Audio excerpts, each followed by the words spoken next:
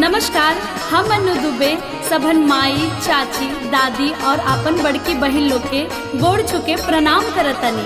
आज हम रउआ सभे के कहला पर जितिया कथा के ऊपर एगो बड़ा सुंदर गीत लेके आइल बनी। लेकिन ओकरा से पहले रउआ सबसे निहोरा बा कि हमार ई चैनल के रउआ सब सब्सक्राइब कर दी। आई सुनल जाओ जितिया के गीत।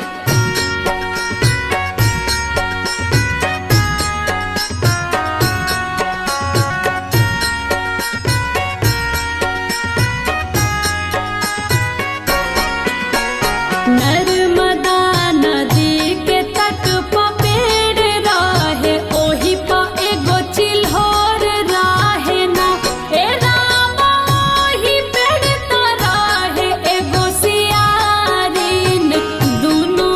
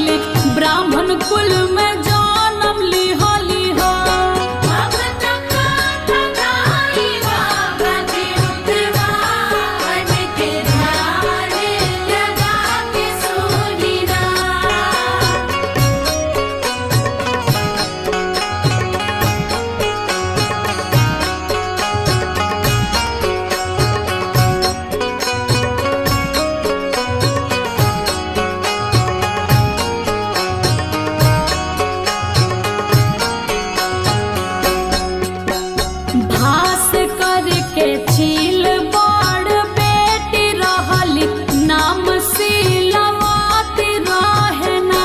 ए राम सियारी न छोट बेटी भइली कपूरवती नाम रहना।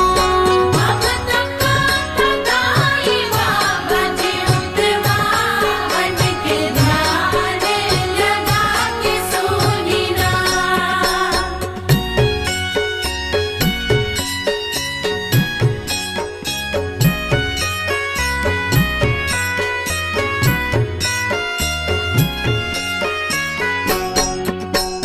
भास्कर पिता बेटी के लालन कइले औरू से पालन कइले ना। ए राम पंचवटी राज में बियाह कइले दुनु बेटी दान कइले ना। भगत कथा गाई बाबा चितवावन के ध्यान लगा के सुनी ना।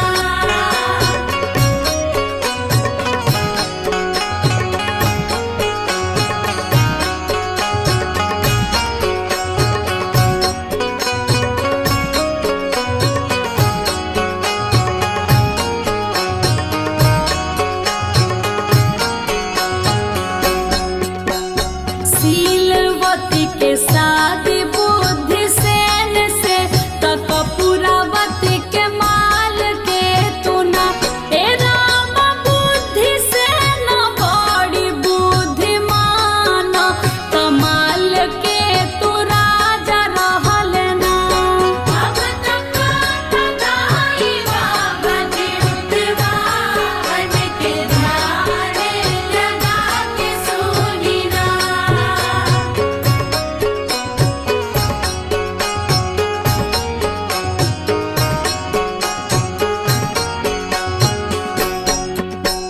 शीलवती के साथ पुत भइले दिनो दिन से आन भइले ना। ए राम कपूरवती के पुत सब होत गइले सगरो मरत गइले ना। भगत कथा गाई बाबा चितवावन के ध्यान लगा के सुनी ना।